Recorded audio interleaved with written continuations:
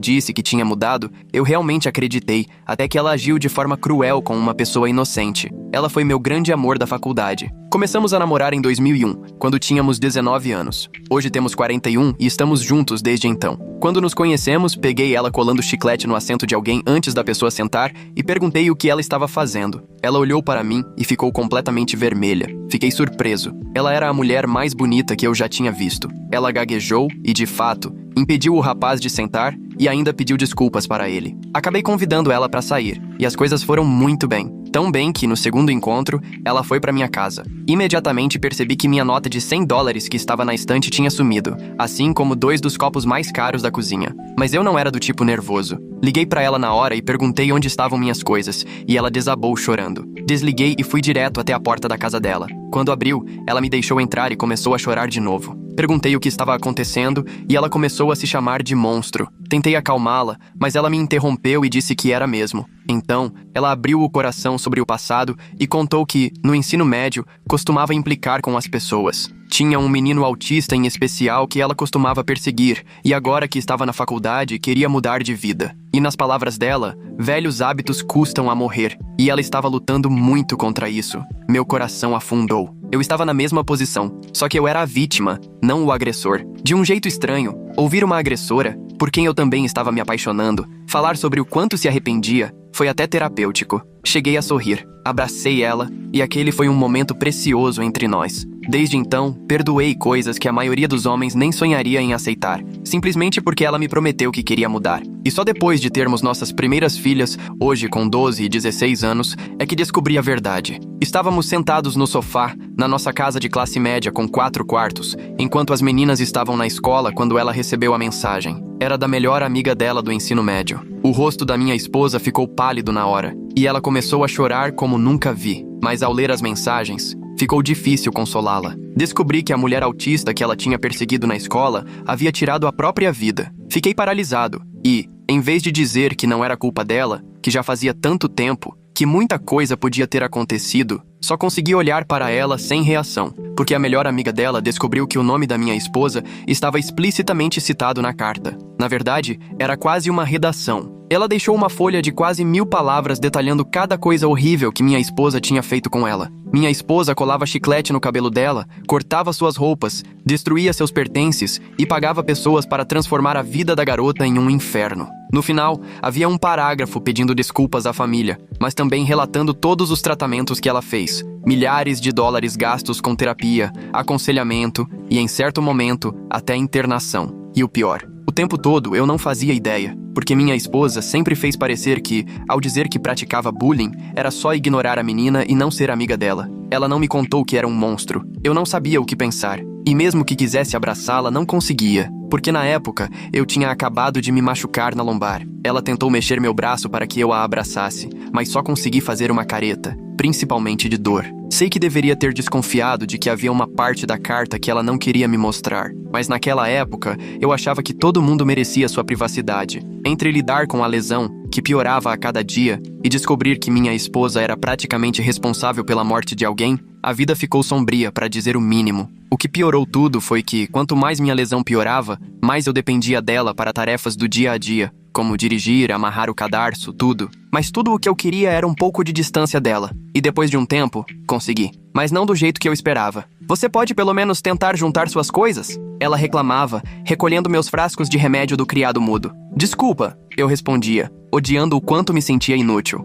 O médico disse que eu não devo me abaixar. Ela suspirava, fazendo drama. Então, do nada, minha esposa Laura começou a sair com colegas de trabalho depois do expediente com mais frequência. Entre novembro de 2019 e fevereiro de 2020, isso virou rotina para ela. Não desconfiei de nada. Em 20 anos, nunca tive motivo para duvidar dela, pelo menos quanto à fidelidade. Cada um tinha seus amigos, além dos amigos em comum. Eu saía com meus amigos normalmente, sem problema. Tudo parecia normal, pelo menos era o que eu achava. Mas uma noite sem dormir foi suficiente para fazer nosso casamento desmoronar. Porque depois de semanas pensando se minha esposa era mesmo quem dizia ser e sobre a carta, minha curiosidade finalmente falou mais alto. Enquanto ela dormia, li a carta inteira. E a parte que ela se recusava a me mostrar nem era tão ruim assim. Não entendi por que ela quis esconder aquilo de mim. Para contextualizar, a garota basicamente dizia que estava ficando com mais caras do que minha esposa jamais conseguiu. E que quem ela tinha se casado, no caso eu, era motivo de vergonha. Nem fiquei magoado, só confuso.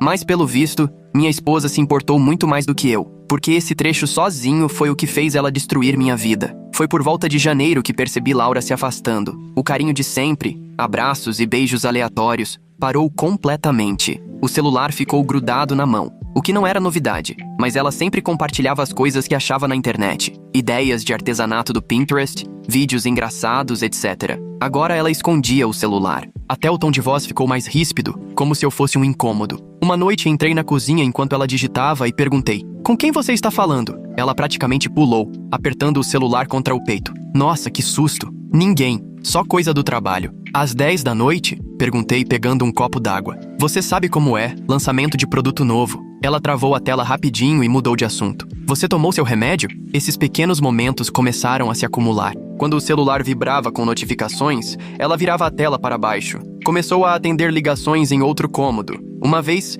entrei e ela estava terminando uma ligação e parecia nervosa. Quem era? Perguntei fingindo naturalidade. Só o pessoal do escritório, respondeu rápido. Mudaram a reunião do orçamento. Ela passou por mim apressada para o banheiro. Não era só o celular. Ela começou a se arrumar mais. Roupas novas, um corte de cabelo diferente, mais maquiagem do que o normal para o trabalho. Uma manhã, percebi que ela estava usando um perfume que eu nunca tinha sentido antes. Esse é novo, comentei. Ah, é uma amostra da loja de departamentos. Ela respondeu sem dar muita importância. Resolvi experimentar algo diferente. Em março, a Covid chegou e nossa cidade entrou em lockdown. Nossos empregos foram considerados essenciais, então continuamos trabalhando. Eu tinha acabado de ser liberado para voltar depois de 4 meses de reabilitação e estava ansioso para retornar, já que ficar parado sem fazer nada tinha me deixado maluco. Só para contextualizar, eu sempre fui muito ativo. Jogo futebol 3 vezes por semana, vou à academia com frequência e ainda cuido de todas as reformas da casa. Voltar ao trabalho foi um alívio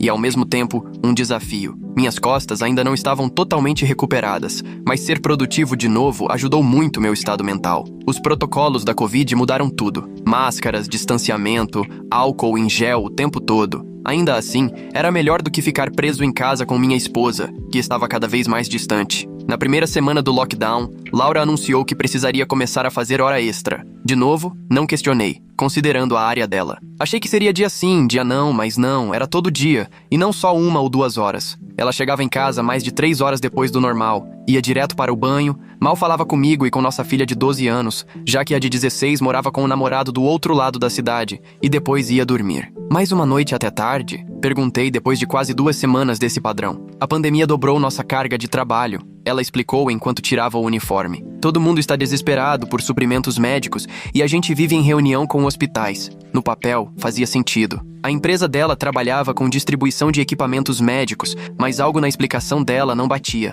Uma noite, nossa filha mais nova, Érica, perguntou: "Mãe, por que você sempre precisa tomar banho assim que chega? Não dá pra gente jogar Uno antes?" Laura ficou visivelmente desconfortável. "É por causa do vírus, filha. Preciso ter cuidado pra não trazer nada pra casa. Prometo que amanhã a gente joga." Mas esse amanhã nunca chegava. As interações da Laura com as filhas ficaram cada vez mais automáticas. Abraços rápidos, perguntas mecânicas sobre a escola, que agora era online, e logo ela se trancava no quarto com o celular. Conforme minhas costas melhoraram, voltamos a ter intimidade, mas ela claramente não estava ali de verdade, o que percebi na hora. No começo de abril, tudo começou a fazer sentido. Todos os sinais apontavam para um caso extraconjugal. Foi aí que decidi investigar. Nossa primeira vez juntos depois da minha recuperação foi estranha e mecânica. Ela fez tudo no automático, mas parecia distante, como se a cabeça estivesse em outro lugar. Quando tentei beijá-la de verdade, ela virou um pouco o rosto. Quando sugeri uma posição que sempre gostamos, ela disse que estava cansada demais. Depois virou para o lado e pegou o celular. "Está tudo bem?" Perguntei, me sentindo magoado e confuso. "Tudo sim", respondeu sem me olhar. "Só estou conferindo o e-mail do trabalho." Às 23h30 de um sábado, pesquisei na internet sinais de traição, e ela estava marcando quase todos. Depois, procurei como encontrar provas. Comecei pelas redes sociais dela. Rolando o Facebook, vi o de sempre. Fotos de família, amigos e várias imagens de saídas com colegas de trabalho. Nessas fotos, notei um cara que sempre aparecia perto demais dela, com o braço no ombro ou a mão na parte baixa das costas, íntimo demais para alguém que eu nunca tinha visto. O cara chamava atenção na hora. Alto, devia ter uns 1,88, cabelo escuro naquele corte moderno que os mais novos usam, corpo atlético, roupas caras. Em todas as fotos, estava ao lado da Laura, às vezes cochichando no ouvido dela, outras com a mão apoiada casualmente no quadril dela. A linguagem corporal era inegável. Uma inclinação sutil um para o outro, sorrisos de cumplicidade, contato físico natural. Cliquei na marcação do perfil dele, Marcus Johnson. A foto de perfil mostrava ele escalando uma pedra, sem camisa, claro. Segundo as informações, tinha 26 anos e trabalhava na empresa da Laura há quase 2 anos como representante de vendas. Era o típico vendedor jovem e convencido. Foto de capa com BMW, óculos de grife, postagens mostrando uma vida cheia de aventuras cuidadosamente montada. Mas o que realmente me deixou alerta foi outra coisa. Esse cara era amigo dela no Facebook e seguia ela no Instagram, mas quando tentei ver o perfil dele, estava bloqueado. Por que eu estaria bloqueado no perfil de um cara que é amigo da minha esposa? Foi aí que entrei no modo detetive. Não estava mais tentando provar que eu estava errado. Eu sabia que ela estava me traindo com esse sujeito. Minha missão virou descobrir há quanto tempo. A noite em que percebi que estava bloqueado do perfil dele foi surreal. Lembro de estar sentado no escritório de casa, a luz azul da tela iluminando o escuro, minhas mãos tremendo enquanto eu tentava entender o que aquilo significava. Tentei me convencer de que podia haver uma explicação inocente, mas, no fundo, eu sabia que não. Talvez ele bloqueie todos os cônjuges dos colegas por privacidade. Falei em voz alta para o quarto vazio, mas enquanto as palavras saíam da minha boca,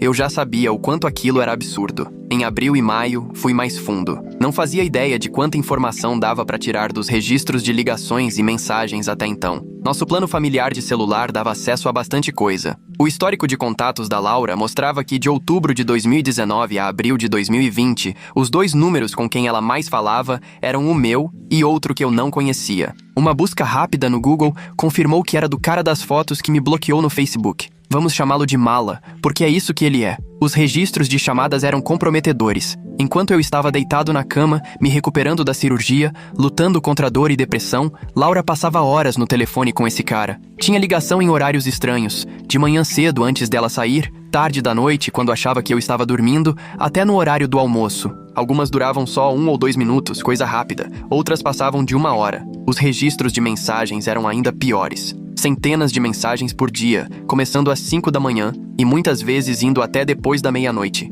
O volume aumentou muito durante meu período de recuperação, o que explicava por que ela parecia tão distraída e irritada comigo. Ela não estava só sobrecarregada com meus cuidados, estava envolvida, no mínimo, em um caso emocional. O quadro ficou mais claro, mas muitas mensagens deles eram desconexas, sugerindo que ela apagava as conversas. Eu sabia que estava sendo traído, mas precisava de algo concreto. Foi aí que contei tudo para meu melhor amigo, Davi. Ele perguntou se eu já tinha confrontado a Laura, e eu disse que não, porque achava que precisava de mais provas. Davi me falou de um aplicativo que permitia monitorar as comunicações dela em tempo real. Instalei, sincronizei com nosso plano de dados e esperei. Davi e eu nos encontramos na casa dele para conversar sobre tudo isso. Eu precisava desabafar com alguém antes de perder completamente a cabeça. Acho que a Laura está tendo um caso, eu disse, sentindo as palavras estranhas saírem da minha boca. A expressão do Davi mudou de curiosidade para preocupação. O que te faz pensar isso? Mostrei para ele as fotos do Facebook, o registro de ligações, tudo o que eu tinha reunido até então. Ele analisou tudo com atenção, a testa franzida. Isso não parece nada bom, cara, ele disse por fim. Mas você precisa ter certeza absoluta antes de confrontá-la. Vocês estão juntos há 20 anos. Eu sei, respondi, passando as mãos pelo cabelo. Por isso preciso de algo concreto. Algo que ela não possa negar ou dar uma desculpa. Davi hesitou, então pegou o celular. Tem um aplicativo que meu irmão usou quando suspeitou da esposa. Não é exatamente ético, mas vai te mostrar a verdade. Ele me mostrou como instalar, como sincronizar com nossa conta, como esconder para a Laura não perceber que estava lá. Me senti péssimo fazendo isso, invadindo a privacidade dela desse jeito, mas eu precisava saber. Em poucos dias vi uma conversa de texto entre eles falando sobre como a noite anterior tinha sido divertida e combinando de se ver no fim de semana. um soco no estômago. Fiquei completamente devastado. Esse foi meu dia D, e nos 2 dias seguintes eu estava simplesmente destruído. Me afastei dela, o que claramente a deixou desconfortável. Ela tentou perguntar o que estava acontecendo, mas eu desconversei e saí do cômodo. Eu não conseguia nem olhar para ela. Essa mulher a quem dediquei 20 anos, para quem dei tudo, tinha saído do nosso casamento por um cara pouco mais velho que nossa filha mais velha. As mensagens eram explícitas o suficiente para não deixar dúvidas. Mala, ontem à noite foi incrível. Não paro de pensar em como você me fez sentir. Laura, eu sei. Eu também. Quando posso te ver de novo? Mala, ele vai trabalhar até tarde na sexta? Laura, sim. Disse que vai ficar no galpão até às 8. Vem às 6. Mala, perfeito. Usa aquela roupa preta que eu gosto. Laura, qualquer coisa por você. Fiquei encarando a tela do celular, lendo e relendo a troca de mensagens, sentindo enjoo físico. 20 anos de casamento, 2 filhos, incontáveis memórias, tudo parecia não significar nada para ela. Não conseguia comer, não conseguia dormir, cochilava 1 hora e acordava assustado, minha mente repetindo as mensagens dele sem parar. Quando a Laura tentava falar comigo, eu mal conseguia responder. O som da voz dela, que antes me confortava, agora me dava arrepios. Como ela conseguia agir normalmente? Como conseguia me olhar nos olhos depois do que fez? Você está bem? Ela perguntou uma noite, colocando a mão na minha testa. Você parece estranho. Me afastei do toque dela. Estou bem, só cansado. Os olhos dela se estreitaram, preocupados. Ou seria desconfiança? Você não está sendo você mesmo ultimamente. Suas costas estão doendo de novo? Não, respondi, a voz fria. Só me deixe em paz, por favor. No 3º dia, a tristeza virou raiva. Procurei o Davi para confirmar que minhas suspeitas estavam certas, e ele perguntou se eu já tinha confrontado a Laura. Disse que não. Eu não queria só um divórcio. Eu queria acabar com ela. Queria deixar a vida dela em pedaços. Ia demorar, mas eu tinha um plano. Preciso que você me escute, Davi disse pelo telefone. Vai parecer loucura, mas não confronta ela ainda. Por que não, caramba? Questionei. Eu tenho provas de que ela está com esse cara. Porque se você confrontar agora, ela vai controlar a história, explicou Davi. Ela vai minimizar, te manipular, inventar desculpas. Você precisa ser estratégico. Estratégico como? Quero ela fora da minha casa hoje. Pensa a longo prazo, Davi aconselhou. Você tem muito a perder aqui. A casa, tempo com seus filhos, suas finanças. Se fizer tudo certinho, pode se proteger e garantir que ela não saia impune. Respirei fundo, tentando acalmar a raiva que me consumia. O que você sugere? Documenta tudo. Monte seu caso. Fale com um advogado antes de mostrar o que sabe. E faz ela suar um pouco. Pesquisando sobre infidelidade, encontrei uma frase que ficou na minha cabeça. O inimigo da traição é a imprevisibilidade. Isso virou a base do meu plano. Eu faria a vida dela virar um inferno enquanto planejava minha saída em segredo. A estratégia era simples e eficiente. Mudaria meu comportamento só o suficiente para deixá-la desconfortável, fazê-la se perguntar o que eu sabia, fazê-la se preocupar com o mundinho seguro dela. Enquanto isso, eu juntava provas, me preparava financeiramente e organizava minha fuga. Só ia confrontá-la quando estivesse pronto para acabar de vez com o mundo dela. No começo de junho, continuei coletando dados pelo aplicativo. Eles se comunicavam como se fossem um casal de verdade. Mensagens românticas, conversas picantes, fotos comprometedoras, tudo. Parei de ler o conteúdo e só fui armazenando as informações, catalogando tudo no meu servidor particular. Ao mesmo tempo, comecei a agir fora do meu padrão. Passei a sair em horários estranhos e chegar em casa ainda mais tarde que ela. Quando estava com ela, ficava grudado no celular e se ela perguntasse o que eu estava fazendo, só respondia coisas e guardava o aparelho. Na primeira vez que fiz isso, a Laura ficou realmente confusa. Eu chegava em casa sempre às 17h30 há anos, mas de repente mandei mensagem. Não me espera para jantar, vou trabalhar até mais tarde. Na verdade, eu estava sentado numa cafeteria a 3 quarteirões do escritório, planejando meus próximos passos. Quando finalmente cheguei em casa por volta das 21 horas, a Laura estava me esperando na sala. Onde você estava? Ela perguntou, tentando soar casual, mas sem sucesso. Dei de ombros. Coisas do trabalho. Complicou. Você podia ter ligado, ela disse, com um tom levemente acusatório. Olhei para ela por cima do celular. Mandei mensagem. Não é isso que você faz? O rosto dela ficou levemente vermelho. O paralelo com o comportamento dela não passou despercebido. Troquei todas as minhas senhas, o que foi significativo porque durante todo o casamento nunca escondemos nada um do outro. Mas por volta da época em que suspeito que o caso começou, ela mudou as senhas do Facebook e do celular, dizendo que era por causa de invasão de conta. Ah, claro, ótima desculpa para esconder o caso. Por que não consigo entrar na conta da Netflix? Ela perguntou uma noite. Troquei a senha, respondi sem tirar os olhos do livro. E qual é? Eu faço o login para você, ofereci, pegando o iPad dela e digitando sem deixar ela ver. Por que você não pode só me dizer? Ela insistiu. Dei de ombros. Tenho trocado todas as senhas ultimamente. Questão de segurança. Ela não podia reclamar sem ser hipócrita, e a confusão e frustração no rosto dela não tinham preço. Contei meu plano para o Davi, para minha irmã mais velha e para 2 amigos próximos, pessoas em quem confio de olhos fechados, e pedi segredo absoluto. O Davi é meu amigo desde a infância. Os outros, João e Raquel, conheço desde a faculdade. Lembra da Raquel? Ela vai ser importante depois. Minha irmã ficou receosa com minha abordagem. Você tem certeza que quer jogar esse jogo? Por que não confronta logo e resolve? Porque ela vai mentir, expliquei. Vai minimizar,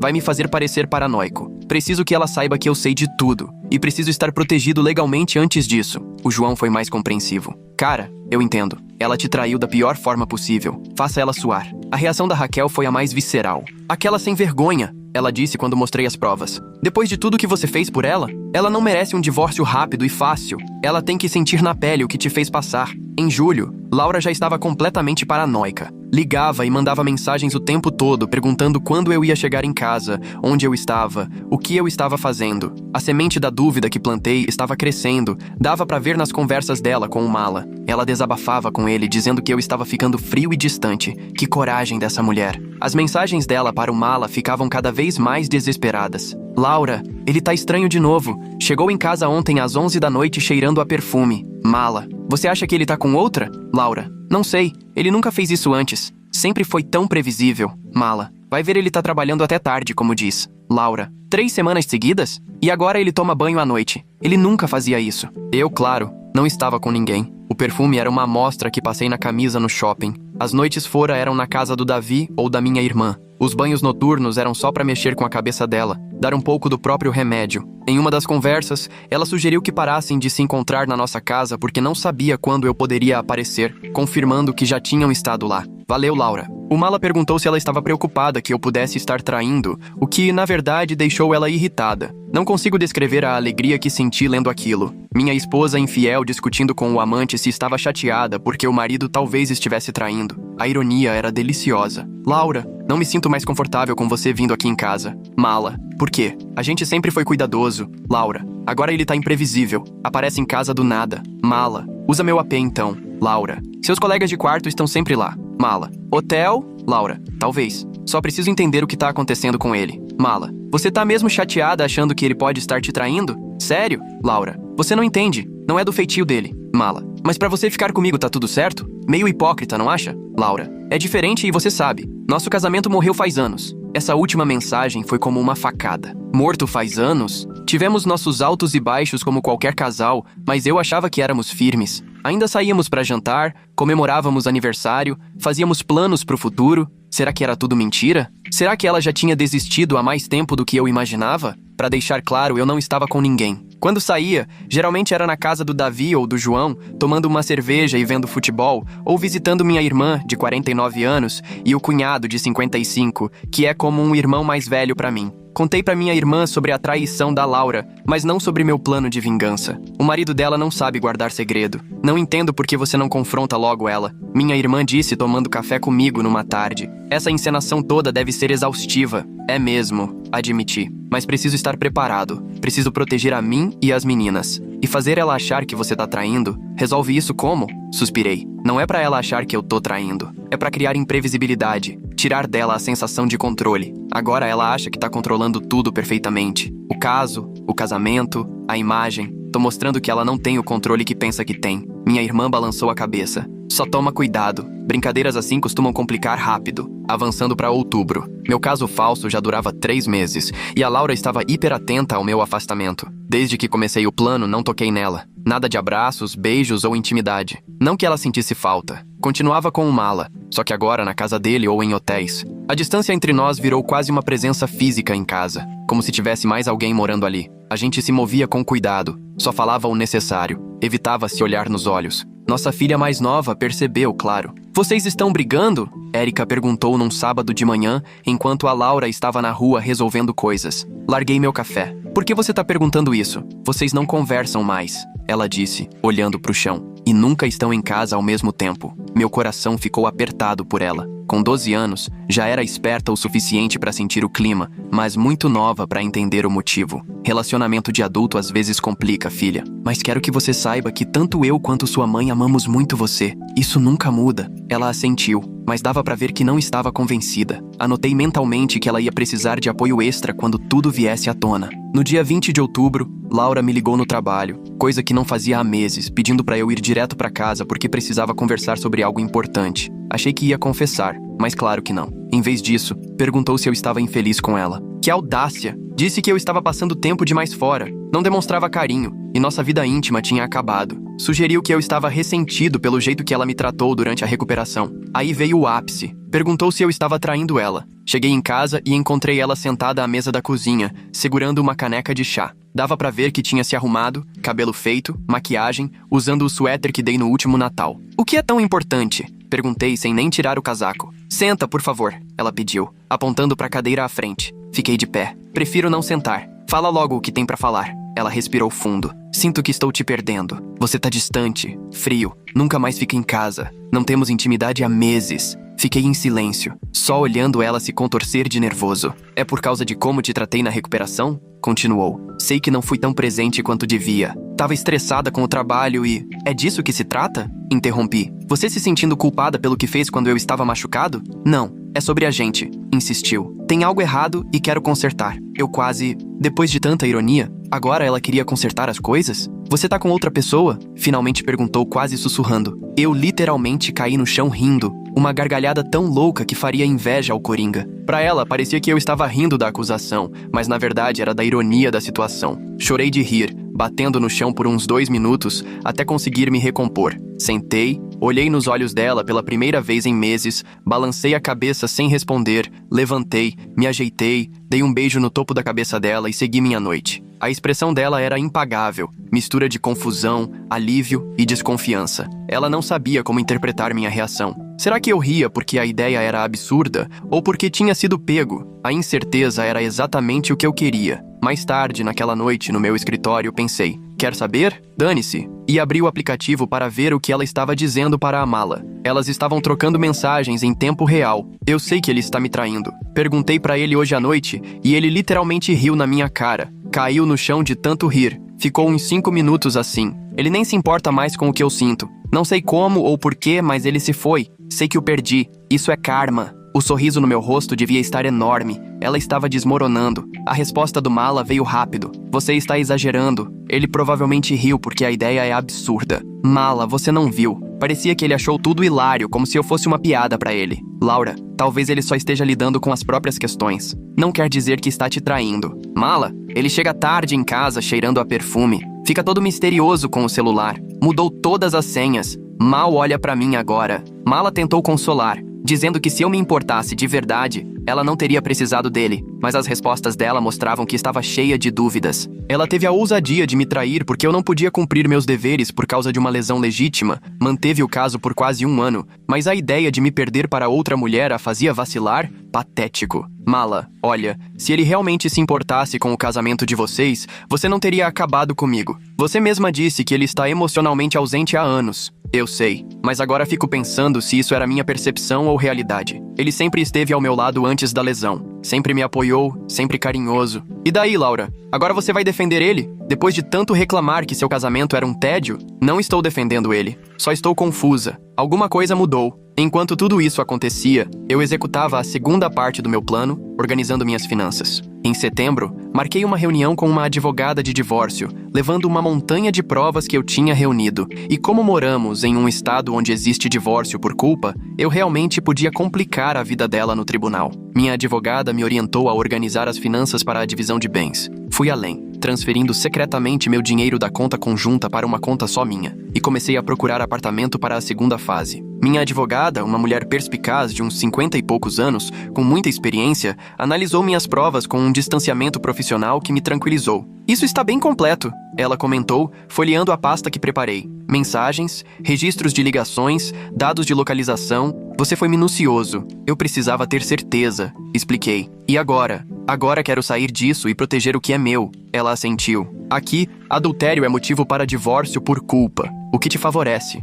Mas os tribunais estão cada vez mais indo para a divisão equitativa, independentemente de culpa. E o que isso significa para mim? Significa que provavelmente ainda vai ter que dividir os bens quase igualmente, mas a infidelidade dela pode impactar a pensão. Podemos argumentar que o caso dela configura má conduta conjugal, o que pode reduzir ou eliminar a pensão. Passamos a próxima hora traçando uma estratégia. Quais contas separar, quais bens garantir, como documentar os itens de valor da casa. Ela me aconselhou a começar a transferir fundos para uma conta pessoal, mas devagar, para não levantar suspeitas. E a casa? Perguntei. Era nosso maior bem e o que mais me preocupava. Isso é complicado, ela admitiu. Se quiser ficar com ela, provavelmente vai ter que comprar a parte dela, ou então vender e dividir o dinheiro. Vamos precisar de uma avaliação. Saí do escritório dela com um plano de ação claro. No mesmo dia, abri uma nova conta em outro banco e comecei a transferir fundos sistematicamente. Não tudo de uma vez, mas o suficiente para garantir meu futuro. Comecei com minhas economias pessoais, depois fui transferindo partes da conta conjunta que correspondiam ao meu salário.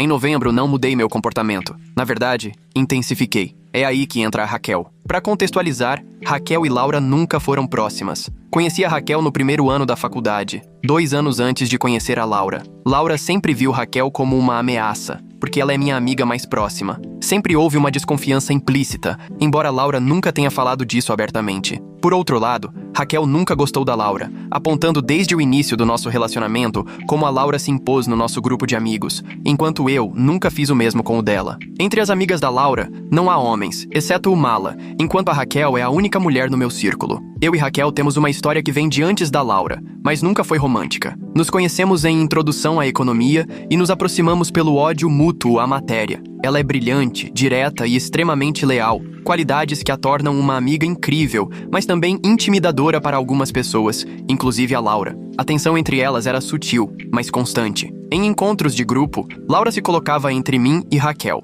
Interrompia nossas conversas ou arranjava motivos para me afastar. Raquel percebia, mas nunca comentava, pelo menos não diretamente com a Laura. Sua esposa não gosta muito de mim, Raquel observou uma vez depois de uma festa. Ela só é protetora, expliquei. Raquel levantou a sobrancelha. Protetora do quê? Da sua autonomia? Ri na hora, mas a análise da Raquel não estava errada. Laura sempre foi sutilmente possessiva, principalmente com minhas amigas mulheres. A ironia agora era absurda. Raquel tinha ficado presa no exterior por causa da Covid e finalmente voltou em 3 de novembro. Eu, Davi e João comemoramos a volta dela com um jantar e uns drinks na casa do João. Só a gente, a esposa do João, que também é irmã da Raquel, e a Raquel, tudo seguindo as orientações da Anvisa, claro. Raquel estava com jet lag, mas animada, contando histórias de quando ficou presa em Barcelona durante o lockdown. Achei que ia ficar 2 semanas. Ela riu. 8 meses depois, finalmente estou em casa. Contei tudo o que tinha acontecido com a Laura, mostrando algumas das provas que reuni. A reação dela foi imediata. Que pessoa manipuladora, ingrata. Ela nem terminou a frase. Só balançou a cabeça indignada. Depois de tudo que você fez por ela, enquanto se recuperava da cirurgia, quem faz isso? Alguém que valoriza novidade mais do que compromisso, sugeriu Davi. Raquel estreitou os olhos pensativa. E agora você está fazendo ela pensar que também está tendo um caso? Não exatamente, esclareci. Só estou sendo imprevisível o suficiente para deixá-la desconfortável. Raquel, genial como sempre, sugeriu tirar fotos parecidas com as que encontrei da Laura e do Mala, mostrando a gente bem próximo e postar no Facebook. E foi exatamente o que fizemos. Laura descobriu no dia 5, quando amigos em comum viram minhas atualizações, mostrando eu e Raquel bem à vontade. Isso mexeu muito com a cabeça dela, já que ainda acreditava que eu estava traindo, mas a Raquel tinha passado a maior parte do ano fora do país. As fotos foram perfeitamente planejadas para espelhar aquelas que encontrei da Laura e do Mala. Raquel se aproximando, sussurrando no meu ouvido, minha mão repousando casualmente na parte baixa das costas dela, nós dois rindo, completamente à vontade um com o outro. Nada explicitamente inapropriado, mas sugestivo o suficiente para levantar algumas suspeitas. Postei as fotos com legendas descontraídas. Bom ter essa aqui de volta na cidade. E reencontrar velhos amigos faz bem pra alma. Naquela noite, Laura tentou me confrontar sobre eu estar tão à vontade nas fotos. Vi ali a chance perfeita de dar o meu golpe planejado. E aquelas fotos suas com o Mala do ano passado? Ele também estava cheio de intimidade, mas eu fiquei chateado? Ela ficou paralisada, sem reação. Era a primeira vez que eu mencionava o nome dele. Ela se apressou em tentar explicar. Ele é assim com todo mundo. Eu sei que parece estranho, mas não tem nada demais. Se isso te machuca, eu apago as fotos. O rosto dela perdeu a cor quando ouviu o nome dele. Ela não fazia ideia de que eu sabia quem ele era, muito menos que eu estava acompanhando as interações dos dois. Marcos? Ela gaguejou. Do trabalho? Ele é só um colega. Um colega que se sente à vontade para colocar as mãos em você nas fotos. Respondi calmo. Um colega cujo perfil nas redes sociais eu, por algum motivo, estou bloqueado de ver. Ela tentou se recompor rápido. Ele é assim com todo mundo. Não significa nada. E eu nem sabia que você estava bloqueado. Deve ser alguma configuração de privacidade. Posso pedir para ele te desbloquear. Não precisa, falei, virando de costas. Só queria mostrar o quanto é incoerente. Você pode aparecer abraçada com seu colega, mas eu não posso reencontrar uma amiga antiga? Não é a mesma coisa, ela protestou sem muita convicção. Não é? Desafiei, olhando direto nos olhos dela. O que exatamente é diferente nisso, Laura? Ela não soube responder. Provavelmente pela primeira vez no nosso casamento, ela ficou completamente sem palavras. Não, as fotos não foram o que me machucou. O que doeu mesmo foi o ano em que ela dormiu com ele enquanto mentia, dizendo que estava trabalhando até tarde. Mas como dizem, a vingança é um prato que se come frio. Daquela noite em diante, Laura ficou grudada em mim, atenciosa até demais, quase irritante. Tentava demonstrar carinho e intimidade, mas eu a ignorava completamente. Enquanto isso, continuei arquivando as conversas dela com o Mala. Nessa altura, eu já estava emocionalmente anestesiado. Qualquer vontade de salvar meu casamento morreu quando coloquei meu plano em prática. O comportamento da Laura mudou drasticamente. Ela passou a vir direto para casa depois do trabalho. Preparava jantares elaborados. Sugeriu noites de cinema em família. Me dava presentes pensados, um livro do meu autor favorito, um relógio novo, ingressos para um show virtual que eu tinha comentado querer ver. Uma noite, ela tentou se aproximar, deslizando a mão pela minha coxa enquanto estávamos no sofá. Afastei a mão dela. Não estou com vontade. Você não tem vontade há meses, ela disse, tentando soar brincalhona, mas não conseguindo esconder a frustração. Acho que temos isso em comum, respondi, levantando para ir pro meu escritório. Espera, ela chamou. A gente pode conversar sobre o que está acontecendo com a gente? Sinto sua falta. Parei na porta. Não tenho o que conversar. Só estou cansado, é isso. A dor nos olhos dela talvez tivesse me tocado antes, mas agora eu não sentia nada. A mulher que eu amava não existia mais. Tinha sido substituída por alguém que eu mal reconhecia, alguém capaz de trair, mentir e ser hipócrita. Ela contou pro Mala que eu tinha piorado, que não sabia o que fazer e sentia que eu a odiava. E eu odiava mesmo. Aí veio a bomba. Ela disse que não podia mais vê-lo. A culpa era demais. Sentia o peso do karma sufocando. Não podia arriscar me perder. Disse que o amava profundamente, mas ainda era apaixonada por mim e precisava salvar o casamento. Tarde demais. Uns 8 meses tarde. A conversa deles foi dura. Laura, não dá mais pra mim. Preciso focar no meu casamento. Mala, de onde veio isso? Ontem mesmo você estava planejando passar o fim de semana na minha casa. Laura, eu sei, desculpa, mas as coisas mudaram. Ele sabe de alguma coisa. Mencionou você pelo nome. Mala, e daí? Ele não tem prova de nada. Laura, não importa. Sinto que ele está se afastando e não posso perdê-lo. Ele é meu marido, pai dos meus filhos. Mala, e eu sou o quê? Só um cara com quem você se envolveu por um ano? Laura, por favor, não dificulta mais. Eu gosto de você, de verdade. Eu te amo, mas ainda amo ele. Mala, isso não faz sentido e você sabe. Se amasse ele, não teria estado comigo semana passada. Laura, eu errei. Errei feio, mas agora preciso priorizar minha família. Mala perdeu a cabeça, dizendo coisas como: ele não te ama como eu amo, e você está cometendo um erro me deixando de lado. Aquela sequência de mensagens seria a última deles até umas 3 semanas atrás. As mensagens finais dele eram desesperadas. Mala, você está jogando fora algo verdadeiro por um casamento que já estava morto antes de eu aparecer. Mala, ele não te valoriza, não te enxerga como eu enxergo. Mala, você está cometendo o maior erro da sua vida. Mala, eu te amo mais do que ele jamais poderia. Mala, tudo bem, faça do seu jeito. Mas quando ele te deixar mesmo assim, não venha correndo atrás de mim. Novembro e dezembro foram um limbo para Laura, tentando adivinhar o que eu sentia, sem saber se eu estava traindo também. Enquanto isso, Mala não parava de mandar mensagens todo dia, mas ela não respondia. Eu via ela checar o celular várias vezes, depois guardar rápido. Ele mandava de tudo. Às vezes pedia desculpas, às vezes ficava bravo, às vezes implorava. Ela olhava as mensagens, o rosto misturando culpa e saudade, mas nunca respondia, pelo menos que eu visse. As tentativas dela de se reaproximar de mim ficaram cada vez mais desesperadas. Sugeriu terapia de casal, recusei. Sugeriu uma viagem de fim de semana. Disse que não podia tirar folga. Chegou a tentar recriar nosso primeiro encontro. Mesmo restaurante, comida para viagem por causa da pandemia, mesmo filme, mesmo vinho. Lembra do nosso primeiro dia dos namorados? Perguntou uma noite, mostrando um álbum de fotos que achou guardado. Você me deu aquela pulseira de prata que eu uso até hoje. Olhei o álbum sem interesse. Faz tempo. 20 anos não é tanto assim, ela disse baixinho. Não quando se ama alguém. Não respondi, só inventei que precisava fazer uma ligação. As palavras dela já não significavam nada pra mim. Toda lembrança boa estava manchada pela traição. A segunda fase estava concluída. Papéis do divórcio prontos, apartamento alugado com contrato de 2 anos, todo o meu dinheiro em conta separada. Eu estava pronto pro golpe final. Meu novo apartamento era simples, mas confortável. Um quarto só, prédio seguro do outro lado da cidade. Mobiliei só com o básico: cama, sofá, mesa de trabalho e utensílios de cozinha. Não parecia um lar, mas nem era pra ser. Era um lugar de transição, um pouso enquanto eu reconstruía minha vida. Os papéis do divórcio estavam completos, citando adultério como motivo e anexando parte das provas que eu tinha reunido. Meu advogado tinha preparado tudo com o máximo de cuidado, garantindo que eu estivesse protegido financeiramente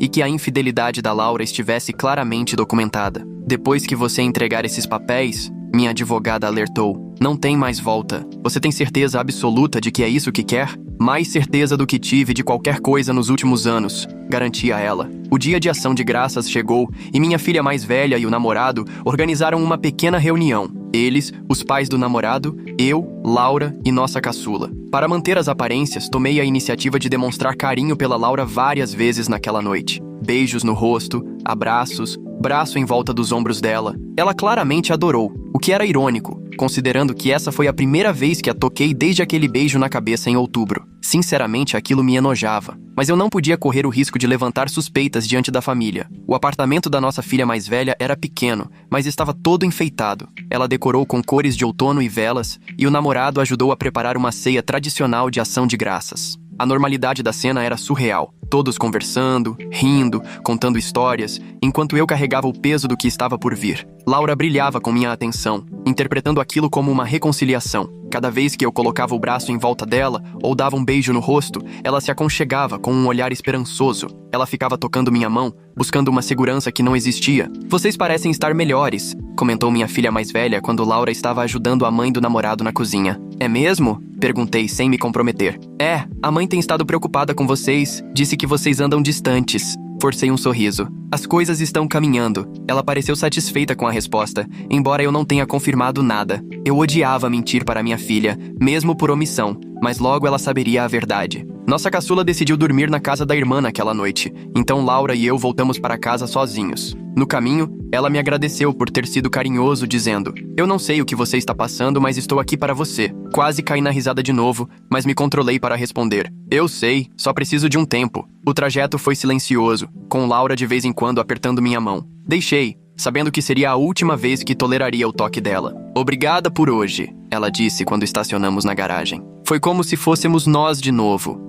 Respondi, sem confirmar nem negar. Lá dentro, ela serviu uma taça de vinho para cada um e sentou-se bem perto de mim no sofá. Senti sua falta, ela sussurrou com a mão no meu joelho. Dei um gole no vinho, pensando nas minhas opções. Parte de mim queria terminar tudo ali mesmo, entregar os papéis, revelar tudo o que eu sabia, ver o mundo dela desmoronar. Mas outra parte, a que esperou pacientemente por meses, queria um último ato de encerramento. Pela primeira vez desde a primavera, fomos íntimos naquela noite. Pensei, quer saber? Com o que estou prestes a fazer, pelo menos me despeço de vez antes de apagá-la da minha vida. Não foi fazer amor. Quando terminei, ela ficou ali deitada, como se tivesse sido atropelada. Nada de carinho depois. Só fui tomar banho e dormi no meu escritório. Para a surpresa dela, usei proteção, coisa que não fazia há 20 anos. Ela pareceu confusa, mas não perguntou nada, nem pensar em arriscar, sabendo que ela estava com o mala há meses. Na manhã seguinte, conferi o aplicativo e vi que Laura tinha respondido ao mala pela primeira vez em semanas. Ele escreveu um texto enorme declarando seu amor, dizendo que ela estava perdendo tempo tentando reacender uma chama apagada,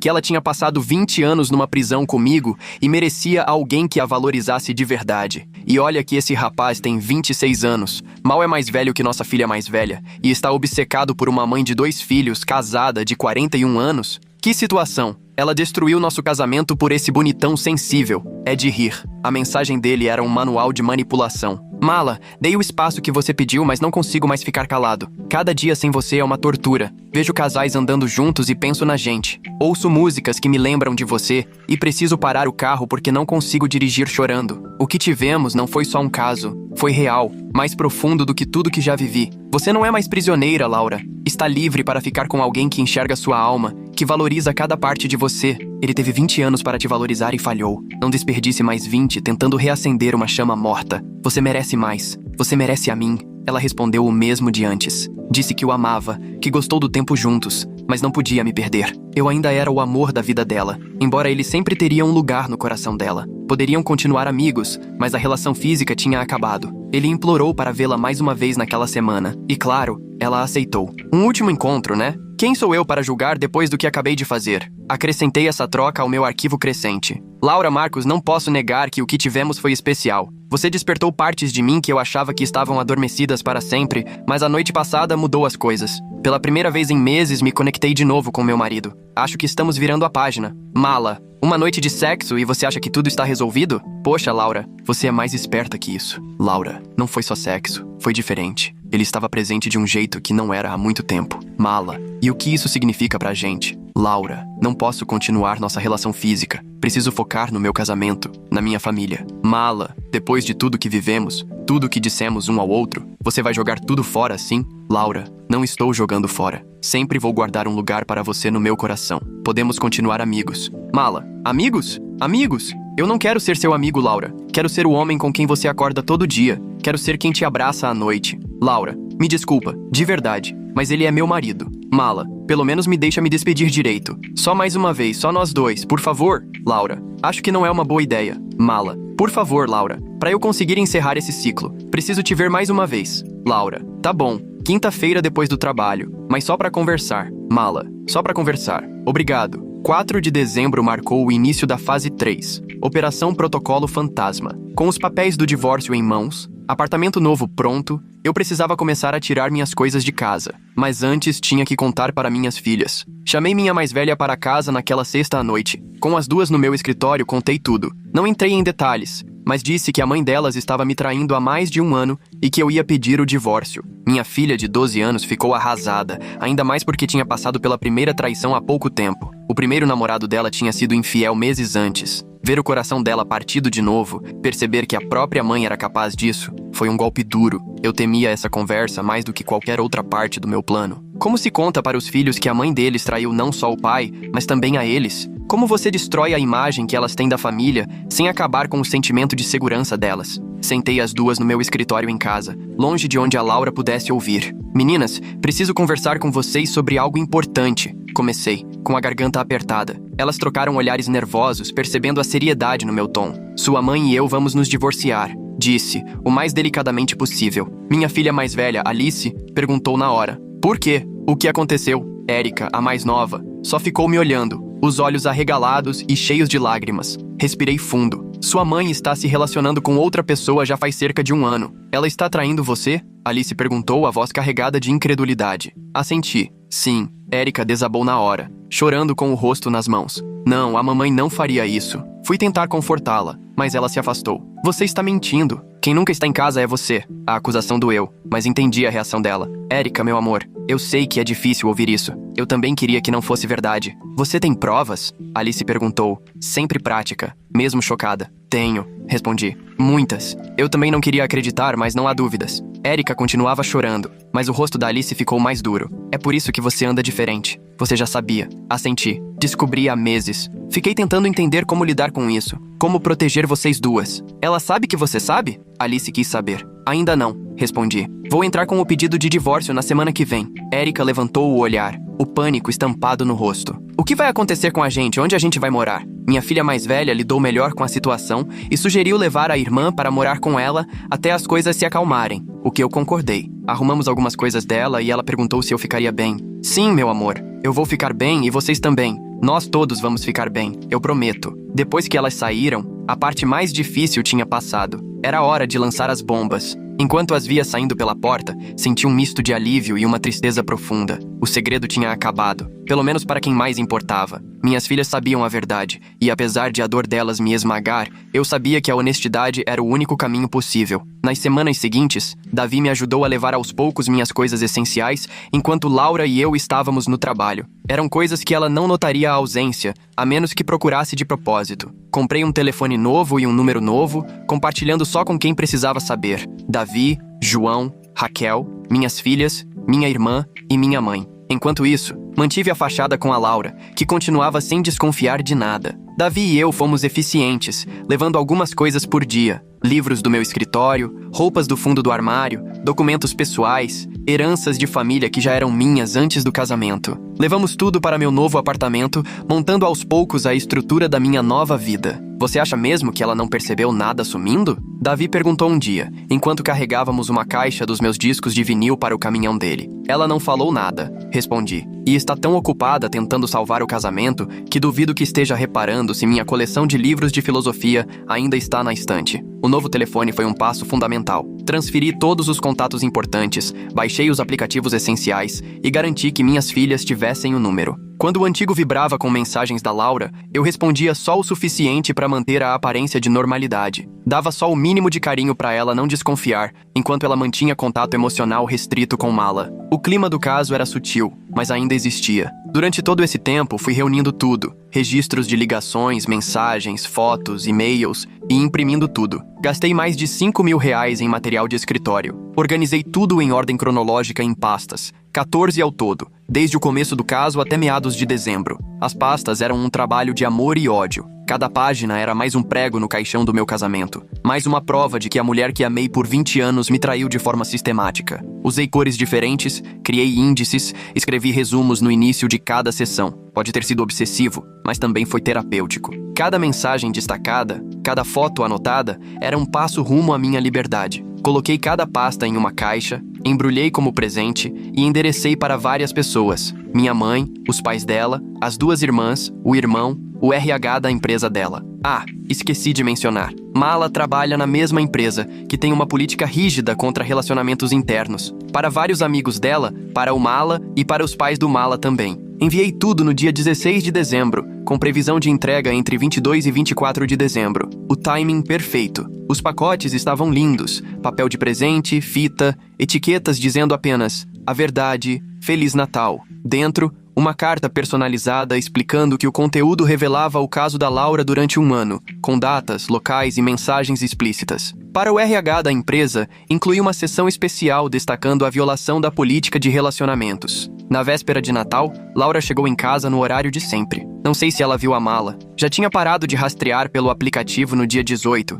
depois de conseguir tudo o que precisava. Como sempre, ela tomou banho, passou um tempo comigo, tivemos um momento íntimo no sofá da sala. Eu sei, não é certo. E depois, foi dormir. Aquela noite parecia surreal, como se eu estivesse assistindo ao filme da vida de outra pessoa. Laura parecia realmente feliz, sem saber que em menos de 48 horas o mundo dela ia desmoronar. Falou sobre os planos para a ceia de Natal, sobre ligar para os pais de manhã, sobre os presentes que comprou para as meninas. Onde elas estão, aliás? Perguntou enquanto arrumávamos a cozinha depois do jantar. Achei que já estariam em casa. Estão dormindo na casa da família do namorado da Alice hoje. Menti com naturalidade. Voltam amanhã à tarde. Ela aceitou sem questionar. Que bom, eles têm sido tão acolhedores com ela. Assistimos a um filme de Natal, ela deitada no meu ombro. Eu não sentia nada, nenhum calor, nenhum carinho, só um distanciamento clínico enquanto contava as horas. A última etapa tinha chegado. No meio da noite, embrulhei a terceira pasta restante com os papéis do divórcio colados na capa